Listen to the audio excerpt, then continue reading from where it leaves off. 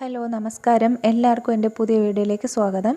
അപ്പോൾ ഇന്ന് ഞാൻ ചപ്പാത്തിയുടെ കൂടെയും പൂരിയുടെ കൂടെയൊക്കെ കഴിക്കാനായിട്ട് പറ്റിയ നല്ലൊരു കറിയായ സോയ ചങ്ക്സ് വെച്ച് നമുക്ക് തയ്യാറാക്കിയെടുക്കാവുന്ന ഒരു റോസ്റ്റിൻ്റെ റെസിപ്പിയാണ്. നമ്മൾ ചിക്കൻ റോസ്റ്റ്, ബീഫ് റോസ്റ്റൊക്കെ തയ്യാറാക്കിയെടുക്കൂലേ, അതുപോലെ തന്നെ നമുക്ക് തയ്യാറാക്കിയെടുക്കാവുന്നതാണ്. ടേസ്റ്റ് അത്രത്തോളം വരില്ലെങ്കിലും ഏകദേശം അതുപോലെ തന്നെ നമുക്ക് തയ്യാറാക്കിയെടുക്കാവുന്നതാണ്.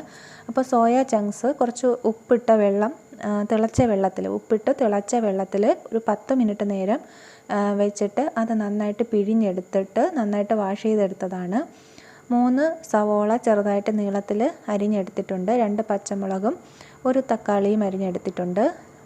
കുറച്ച് തേങ്ങ ചെറുതായിട്ട് അരിഞ്ഞെടുത്ത് വെച്ചിട്ടുണ്ട്. ഒരു 3-4 അല്ലി വെളുത്തുള്ളിയും ഒരു ചെറിയ കഷ്ണം ഇഞ്ചിയും കൂടി ചതച്ച് വെച്ചിട്ടുണ്ട്. അപ്പോൾ ഇതെല്ലാം കൂടി ഒരു കുക്കറിലേക്ക് ഞാൻ ഇട്ടിട്ടുണ്ട്. ഇനി അതിലേക്ക് നമുക്ക് പൊടികൾ ചേർത്ത് കൊടുക്കാം. അപ്പോൾ ഒരു 1/2 ടീസ്പൂണോളം മഞ്ഞൾപ്പൊടിയും 1 ടീസ്പൂൺ മുളക് പൊടി, എരിവുള്ള മുളക് പൊടിയും, പിന്നെ 1/2 ടീസ്പൂൺ കാശ്മീരി മുളക് പൊടിയും, 1/2 ടീസ്പൂണോളം മല്ലിപ്പൊടിയും, പിന്നെ 1/2 ടീസ്പൂണോളം കുരുമുളക് പൊടിയും, 1/2 ടീസ്പൂൺ ഗരം മസാല പൊടിയും. ഇത്രയും കൂടി ചേർത്തിട്ട് കൈകൊണ്ട് നന്നായിട്ട് തിരുമി യോജിപ്പിച്ചതിന് ശേഷം ആവശ്യത്തിന് കുറച്ച് ഉപ്പും കൂടി ചേർത്തിട്ട് നന്നായിട്ട് തിരുമിയിട്ട് കുറച്ച് വെള്ളം കൂടി ഒഴിച്ചിട്ട് നമുക്ക് കുക്കർ അടച്ചിട്ട് ഒരു 2 വിസിൽ വേവിച്ചെടുക്കണം.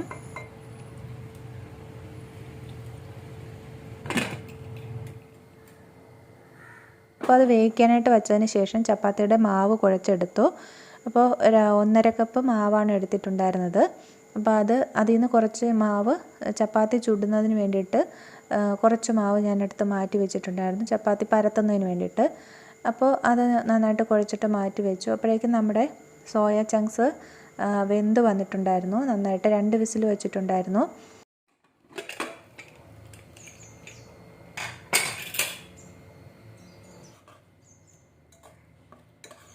ഒരു പാൻ അടുപ്പത്ത് വെച്ചിട്ട് അതിലേക്ക് കുറച്ച് വെളിച്ചെണ്ണയും കുറച്ച് നെയ്യും കൂടി ഒഴിച്ചിട്ട് കടുകും വറ്റൽമുളകും കറിവേപ്പിലയും കൂടി ഇട്ട് പൊട്ടിച്ചതിന് ശേഷം അതിലേക്ക് നമ്മൾ വേവിച്ച് വെച്ചിട്ടുണ്ടായിരുന്ന സോയ ചങ്ക്സ് കൂടി അതിലേക്ക് ചേർത്തു.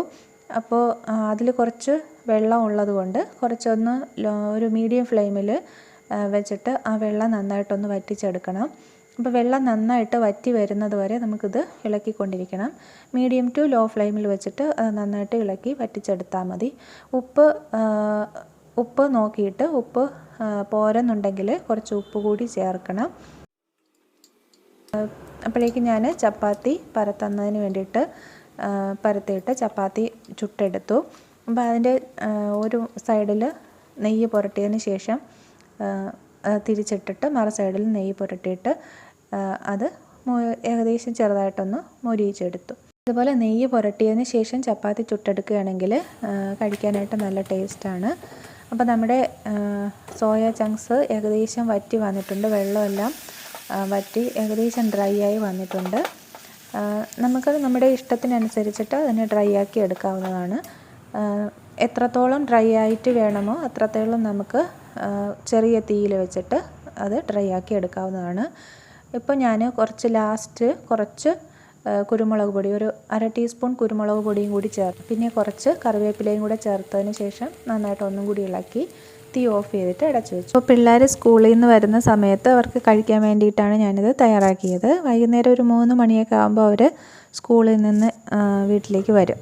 അപ്പോൾ ഇന്നത്തെ റെസിപ്പി എല്ലാവർക്കും ഇഷ്ടമായിട്ടുണ്ടെങ്കിൽ വീഡിയോ സബ്സ്ക്രൈബ് ചെയ്യാനും ലൈക്ക് ചെയ്യാനും ഷെയർ ചെയ്യാനും മറക്കരുത്. താങ്ക്